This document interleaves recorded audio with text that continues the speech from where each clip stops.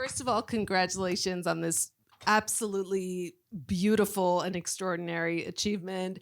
Jon, I wanted to start with you on your overall vision with approaching this film when it's this super beloved property. Yes. And there are going to be people who maybe have seen the musical on stage once, maybe 100 times, maybe 0 times. So how does one figure out how to navigate that path?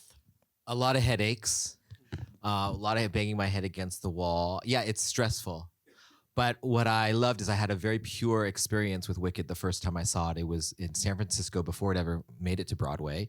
They were workshopping it there, and my mom invited me out. I was in film school at the time, so in my head I was learning how to use the levers of film, and then I got to see this show, and I had no idea. I was like patient zero. And so I remember what it felt like to see this, and it felt like it expanded into the audience. It felt like it swept me away, like I was watching a movie, and the relationship between these two women were so powerful. I was saying goodbye to friends that I was in high school and things. So there was a lot of beautiful things that it was deconstructing for me. The American story, my parents are immigrants, so Wizard of Oz itself had such a profound effect on my life growing up, believing in the Yellow Brick Road and the wizard behind the curtain. So in looking at this, I finally, 20 years later, I've been waiting for this movie. I was like, who's going to make this movie and when? And when I got the call, it was a huge privilege. And I knew that we had to shoot for the moon. This is at a time when everything is in transition. The Wizard of Oz was written at a time when America was in transition. The Wicked was made in 2002 after 9/11, and everything was changing, and there were so many things that the future was unknown, and it felt right. We were coming out of COVID when I got the call, and when she says something has changed within you, something's not the same. To me, I was like, that's the mood. That's where we're at. And we knew we wanted to make this giant spectacle of cinematic epic proportions, where we could build the sets, where we can have all the craftsmanship be as detailed, but driven by this relationship in the middle of it. So we tasked everybody to go for it. This was a legacy attempt. This was not just an adaptation of a musical. This was something that we knew meant something to a lot of people. So we just worked really hard to figure it all out. One of the things I love so much about this panel is how it's so clear that all of you collaborated in this. Paul's stunning designs Alice is figuring out how to shoot them, how to light them. And Myron is figuring out how to edit these moments so that everything, and of course, Jon, your brilliant direction. Alice, you guys have known each other since film school, right? Was this like when you were in your first year, one day we're going to make Wicked? Well, we met almost 25 years ago at USC Film School, and Jon asked me to shoot his short musical film called When the Kids Are Away. And this was pre-Moulin Rouge, pre-Chicago. It was at a time Hollywood wasn't making musicals. And I grew up loving musicals. My father was a playwright and my mother was a dancer here in New York. And so when he asked me, he said, I've got this musical. I was completely, totally on board. And then we bonded over just loving musicals and wanting to tell a story through dance and through music. And it has been a long journey to Wicked, but it's pretty exciting. And how did you approach a color palette? So Jon and I, when we first start talking, when we first start prepping a movie, it's only about emotion. I'm very lucky to get to work with Jon because it is totally story driven. We know the technical will come later. And so the first, we talk about themes and emotions and goals. And when he asked me what my goal for Wicked was, I said it would be the greatest love story ever told between these two women, these two best friends. And that became my intention for the whole movie. Every single lens choice I made, lens package I made, the lighting, everything stemmed from that. And when and then I didn't watch Wizard of Oz after, this was 3.5 years ago when I found out I was doing Wicked, and I didn't watch Wizard of Oz after that. It's in me, but I wanted this to be, and Jon said he wanted this to be our own version of Oz, completely our own. And so I didn't want to rely on that. But what I did do was look at the books, and I read every single L. Frank Baum's original Wizard of Oz books, every single paragraph has this incredibly rich color description. And so then we started testing different colors, and I knew I wanted to use every color of the rainbow to light this movie. And so we started doing tests on what was pink, what was our version of pink, what was our version of blue, what was our version of green. And over 18 weeks of prep, we found those.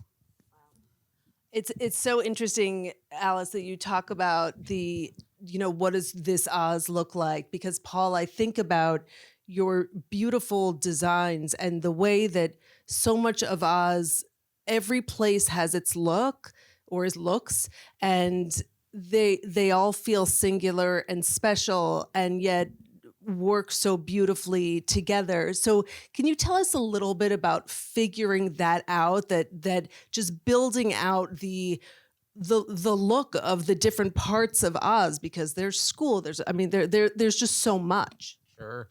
Yeah, I mean, again, speaking to collaborating with Jon, starting out, one of the amazing things was that he said, we're going to have a new vision for what this world is.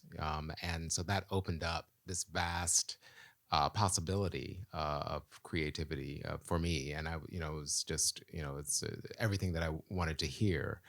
But I also, was very aware how beloved Wicked is, the huge fan base, and then also The Wizard of Oz, and I loved it, and I grew up watching it, so that was in my soul as well, as far as, visual imagery and icons that I draw from all the time.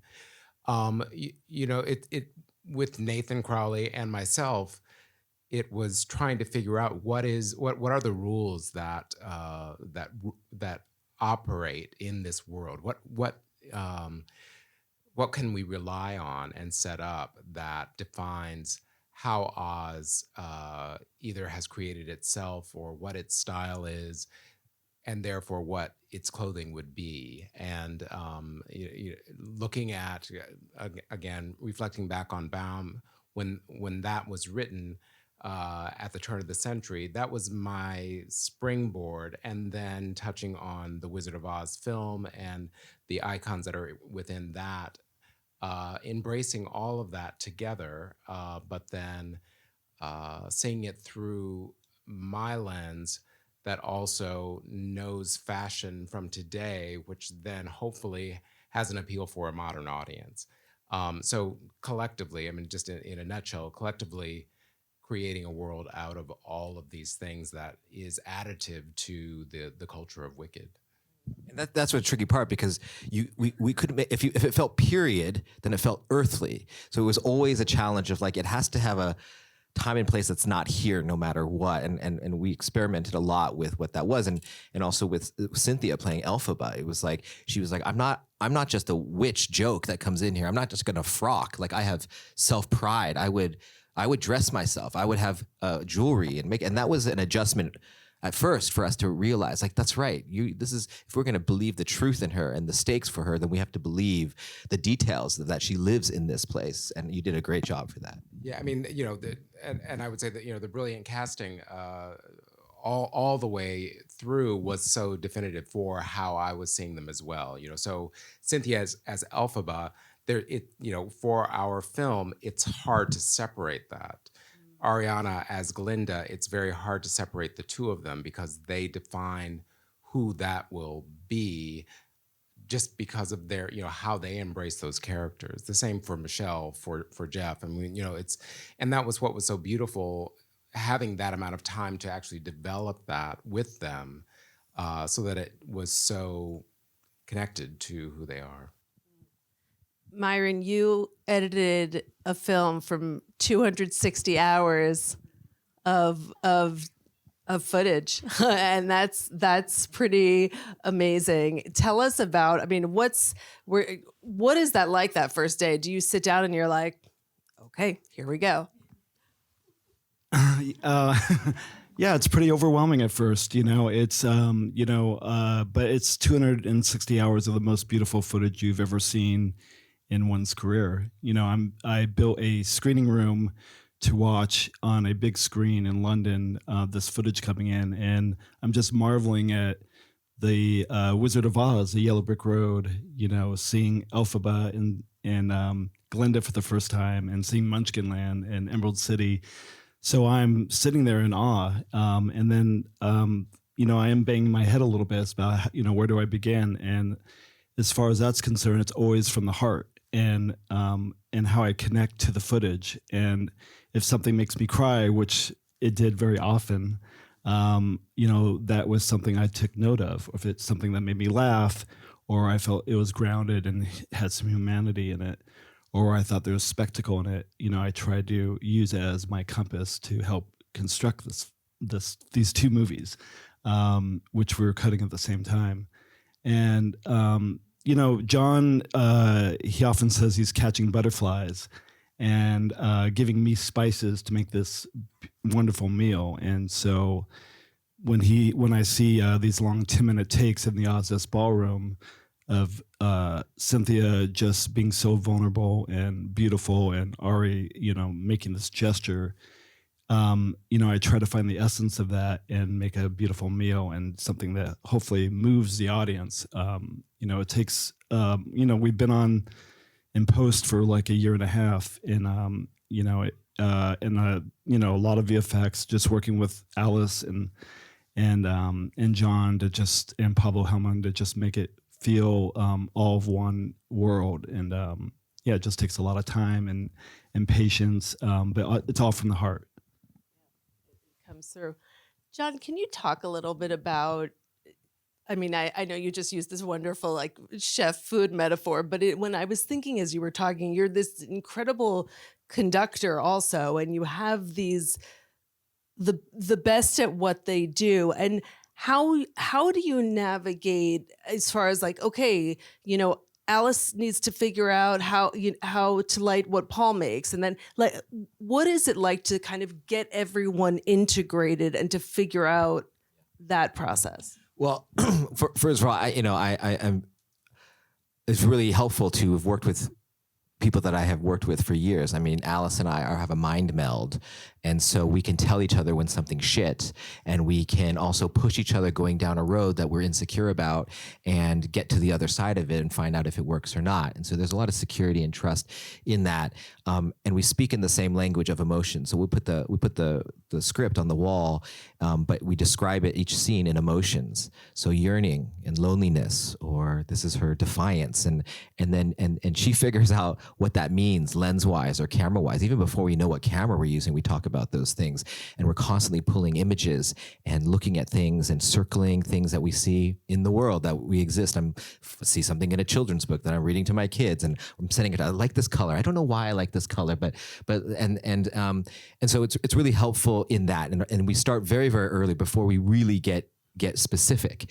And same thing with Paul. This is my first time working with Paul, but we got in it real quick, and I don't know how to describe costumes. Like I can't say like, well, that I learned the word peignoir for the first time in this. I was like, oh, so it's a robe. And he's like, no, it's a peignoir. I was like, okay. And texture. And I remember going into his warehouse and being so enamored by, he had a Glinda warehouse and he had an Elphaba warehouse. And in Elphaba's warehouse, the pleated whatevers were amazing to see, and they looked like organisms. They looked like beautiful plants, and I loved this. You talk about the inspiration of fungi and that nature has beauty in it, the things that we pass by and we never look at, and I love that inspiration. So when I see things and he's explaining it, I'm like, yes, that's that, and we start connecting the nerve endings of that. And same thing with Myron. Our first movie was Crazy Rich Asians, and I come from a restaurant family. That's why we talk food a lot, I guess. And what I get so much freedom with Myron, because we look for the same things. We don't look for necessarily even the line. We look for the listening of that line, or we look for the little things in between that you couldn't write in a script. If you wrote in a script that Cynthia or that Elphaba winks at Glinda in that moment when she says, "Come with me," and she doesn't answer, like that would look crazy. That it wouldn't have passed anything. But we're playing on set, and I know he's going to find the moment. I don't have to write it down. I don't have to take the footage and hope that he finds. Like I know he's going to see all the things that he watches every frame of it, and I'm getting texts of his tears, and so it's really fun, and so it frees me up. as a director to be on set and use and utilize our amazing cast to play and have the confidence to try new things. And I always tell them, we're not making the movie here. We are living the movie here. And we're going to capture these little butterflies and put them in jars, and we'll have some spicy, we'll have some sugary things, and we have a great chef that's going to put this together. And I get to see it all the way through with these, so I get to protect the actors on certain things. Like, hey, there's this one thing that we're playing with. Can we see it? But usually he's caught it already, so my life gets a lot easier. So we work. Even Nathan Crowley is he's a little troublemaker where he's like, we're gonna build shiz. It's waterways. So we have this very fun environment. I mean, we're working on Oz. Like, it was playful every day. And for this one, it was all about prep of starting with the same incentives and currency of what we wanted each character and how we wanted the world to feel. Delight was always a word. We had to define the difference between Neverland, which is like what your childlike brain, versus Wonderland, which is like a place that tries to drive you crazy, versus Oz, which is a place of delight and distraction, so you don't have to feel about the scary parts. And so we always said, what this is great, but what's delightful about it? What's the thing that the wizard has put in here that's distracting you from the real feelings? And so that we sort of start up here, and then they do all the details of it, and it's really fun that way. I also love that you decided to really expand not just Oz, but what does it look like on the outskirts? Yeah. And I thought that was such a beautiful choice on your part. That was really important because if you think about, this movie has to have real stakes and have to have real emotions. But Wizard of Oz, the Land of Oz, could have been a dream. Like, that's up for interpretation. And so we had to say to the audience very early, we drop into the crime scene, the most famous crime scene ever put on film. And it's not blood, it's water, and you're dripping, you go along, you see the evidence, and you see little pieces, and then you see the hat, this iconic thing. And then those monkeys burst out of the window, but we don't cut to go somewhere else. We stay on this, and we see the land, vast land. This is not a dream. This is a real existing place. And we cut into, and then the four iconic figures are there. They live, they exist. So we really just wanted to define that. This is a real place so that these characters could really live in that. And that was a big part. And the architecture that Nathan Crowley built, I mean, I just saw a quote that was great. It was like, architecture is music frozen. And I love that, because that with each world was a shape and a size that was very specific and designed in a way that would work with costumes, would work with camera, would work with our edit together to play a symphony. Yeah, absolutely. Alice, I want to just mention there were 17, tell me if I have any of this wrong, 17 sound stages, 4 backlog sets, 2 of them being the size of American football fields. 2 of them being the size of 4 American football fields each. So, and the 17 sound stages, like John's vision was that we were going to make an old school movie, a movie where we had real tangible spaces to shoot in that Hollywood just doesn't build anymore. Studios don't do this anymore. And so our sound stages we had 17 sets that were built from fire lane to fire lane on all 4 sides, and from floor to the reds to the grid, and some of those grids were 60 or 70 feet high. So it was massive, and it was so massive that we had to pre-light I pre-lit on Saturday and Sunday for all the 155 shooting days for 9 months. I took 7 days off in those 9 months. And it was like Slacker. Well, we had this idea, John and I, one of the ideas was that, one of the ideas we talked about in the script was that the light is not the light and darkness is not darkness, good is not good and evil is not evil. And talking about working with this wonderful group of people, like we all fed off of each other. And so this idea of nature really started to inspire all of us, putting nature into it. And I wanted the movie to still have theatricality to it, to still have lighting cues to it, like this show does, but our own, and to be really grounded. And one night I woke up in the middle of the night and I realized the sun could become our spotlight, and that all my lighting cues could come from that. And then that the sun would always rise for Glinda, and the sun would always set for Elphaba. So you meet Glinda in her bubble in the morning, and that was in the script. But there were other things that weren't in the script, like the last Defying Gravity in the original script all took place at night. And I called Jon and I said, can I suggest some time of day ideas? And so the last 40 minutes of the movie is all this one long sunset. And Elphaba finds her power as she goes off into the darkness, as she descends into the darkness. And so when the sun became my spotlight, I was able to build all these lighting cues in, and we have 6,000 lighting cues in the whole movie. 500 just in the Ozdas ballroom. So they're actually just the Ozdas ballroom close up of Elphaba as we spin around her.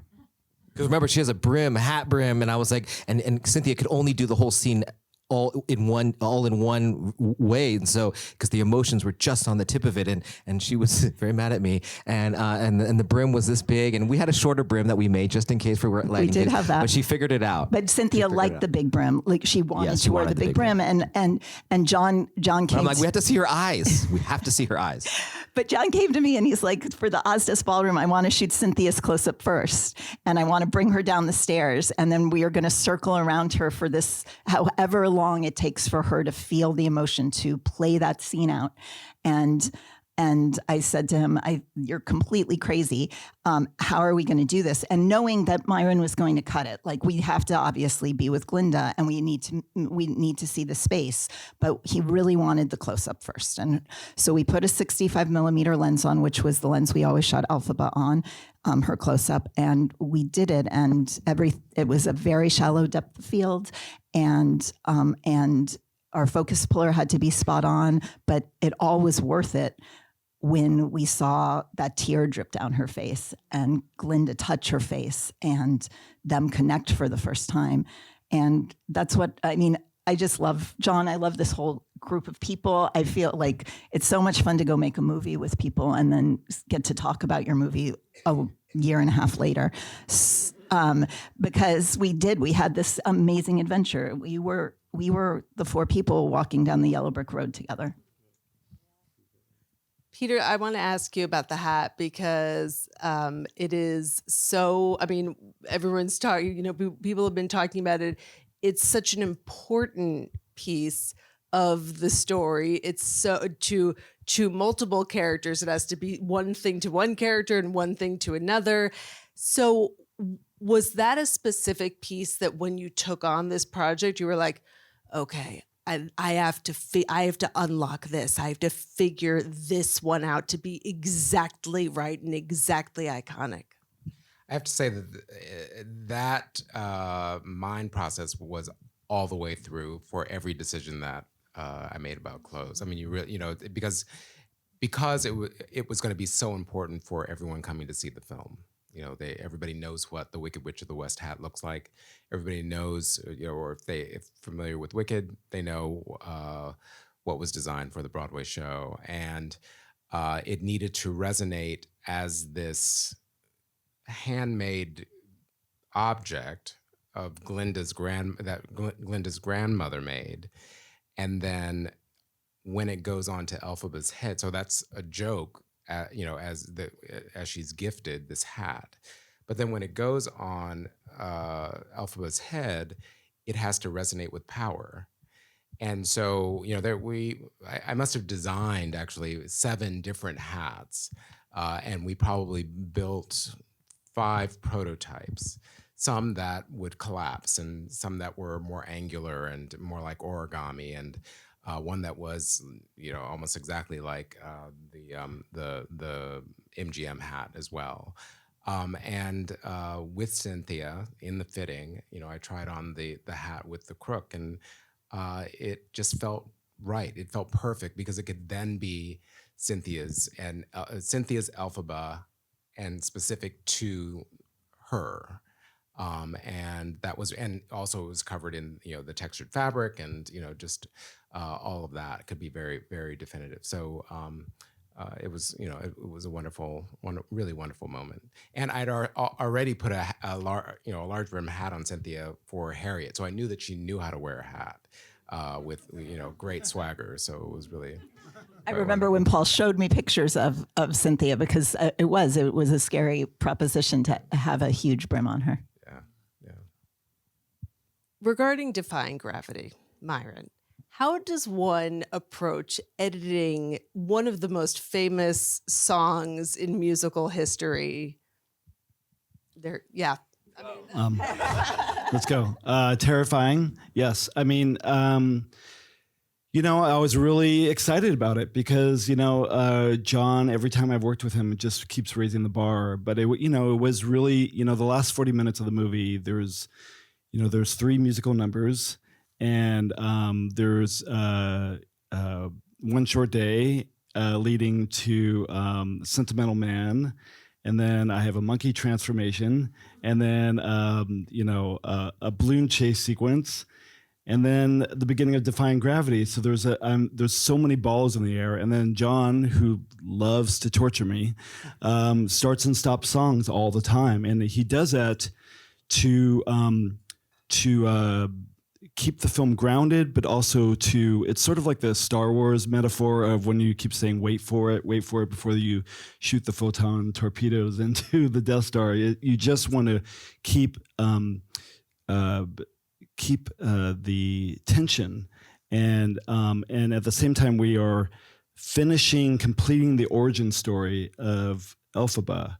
And there's this heartache between the Glinda and Elphaba of saying goodbye to each other, and then at the same time the songs intertwine throughout the last 20 minutes of the movie, and so it's really amazing to see these really grounded moments, and then these really fantastical moments where you're have these monkeys, chasing Elphaba, and then of course you have Cynthia flying, and there's live vocals, and she's, doing this amazing stunt work and sort of constructing that. It's really, again, it's terrifying, but it's also really exciting because, if you get it right, then this is going to be this incredible ending to this movie. We kept saying, like, we have to make this feel, again, another, sorry, Star Wars metaphor, but like an Empire Strikes Back sort of cliffhanger ending,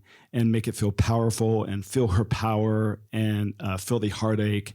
And again, it's just so many balls in the air, and but I think it works. And Paul, I've told you this before, but yeah, it sure does. It does. One of my favorite moments is when Glinda puts the cape over Elphaba, and it's a moment that just guts me when I see it, which is also just that cape is something that has to just be on a table, and what you created there is so lovely. I mean, one of the things that Ariana mentioned it. It was either Ariana they were talking about it together the other night. It's supposed to be a piece of cloth that they're pulling off of a rack, and it could be a cape or it could be a drape, and I knew what I wanted for the end goal to be, also because I was thinking about the second film and where we go with that. But it has, if you look closely, it has a voided, it's called voided velvet. So it's a pattern velvet, and it's or like cut velvet. So the pattern is like a tree. It's like a tree bark that grades as it goes up to the top. But we also broke it down so that it's this dusty cloth that you can't really tell what it is. And then as Glinda is pulling it off, you see that dust, and she shakes it off, and then she puts it around Elphaba's neck, and in a very sweet way to take care of her. And then when Elphaba moves to the window and she whips that cape around, it's like, yes. I mean, because the fabric that I chose would only, it could move that way because it was soft enough that she could fling it around in the way that only Cynthia can. I mean, full control of that amount of fabric. And it all came together in, a really wonderful way. Last question. I wanted to ask each one of you, this is a movie that I think people will see many, many, many times and see new things each time they see it. What is your goal? What is something that you want people to see on like the 50th viewing or of this beautiful film? Myron, I'm going to start with you so our director can have the last word. It's the Ozdesk Ballroom. If to me, like all the spectacle is amazing and Defying Gravity is incredible, but the Ozdesk Ballroom, I want people to feel what it feels like to be in Cynthia's shoes and feel vulnerable and feel the bullying and feel Glinda's gesture. I want them to understand how this character feels and what it means to have a connection to somebody and how important that is. And I hope that people find those type of people in their lives. I want Jon and everyone here wants to make films that have some joy and connection, and it's not just about fantasy, and these have meaning to us. And so I want that's ultimately I want people to leave with. I want for people to always see the beauty of this film and really, and really get swept away in this world that we've created. I mean, that all of us came together to create. It's because it resonates with such emotional depth. The themes that run through. I hope that it always speaks to people in that way, but that they can still get carried away with the fantasy world that encapsulates the whole thing. We wanted Wicked to be this big, epic, exciting world, but really it was about the relationship between Elphaba and Glinda. And for me, it's about the close-ups.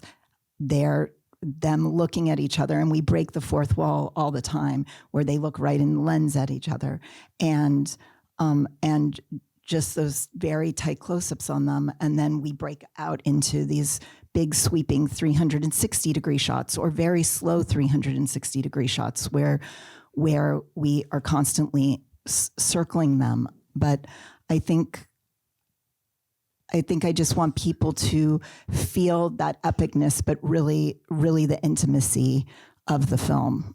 And that's what it is for me. I have to give a shout out to our choreographer, Christopher Scott, who is somewhere in here today. Because we've worked together. There he is. There, in the dark over there. We've worked together for 15 years. He makes it look really easy. But and he really should be up here with us. But the work is astounding, and yes, of course, the big numbers are amazing, and what he built in there with the details of culture. We had to build a Aussian culture. We had to build a Munchkin land. Who are they? If we're going to care about these people that Glinda leads them later, we have to care about them. And Emerald City, what does that culture look like? But I think when we look at everybody, I hope what people see is actually when you say the details, I think it's like the restraint.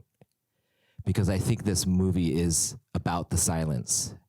I think all the big things are great, but what Chris did also, even in Ozdesk, was bring us back to silence. And what Alice did in concert to that had to be restrained with the camera. We couldn't like whip around and do all these things, and that means it's a little bit more invisible. That the patience of that is story first, and I really appreciated that. And same with Paul, because you can go really crazy with these things and really distract, but instead it was all built for these emotional moments in the story. When I think about, I hope people see that the broomstick is made up of all these roots, and these roots are mangrove roots. And very specifically, we chose mangroves because what I learned when I was shooting Crazy Rich Asians, these mangroves are so important to the environment, but also when the roots touch each other. First of all, they grow in salt water, and so it's amazing. It's a miracle. But when the roots touch each other, they merge to a point where, I don't know if this is true, but apparently that the scientists can't even decipher in the DNA whether it's one or two anymore, that they're one.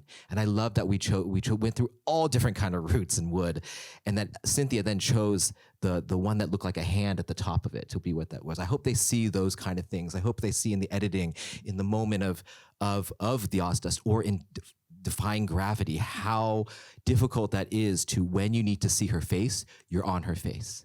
that you don't even feel it, but you know it. You're right there with it, because we also have to sell the scope and the thing. You need to do that breadth that what only cinema can do. I think all these little details,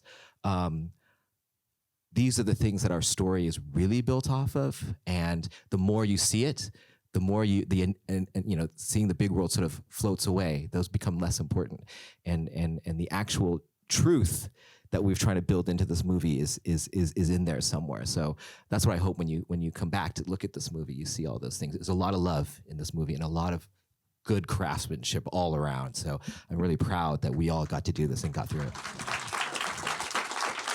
Absolutely. I mean, I know I can't wait to see it. I've seen it twice now, 48 more times at least, and I hope to see all of those things. I want to congratulate you all on this just truly beautiful achievement. It's magical and miraculous and stunning. And I want to thank everyone here so much for watching the film and for staying around to listen to our talk. Myron Kerstein, Paul Tazewell, Alice Brooks, Jon M Chu, thank you so much for joining me.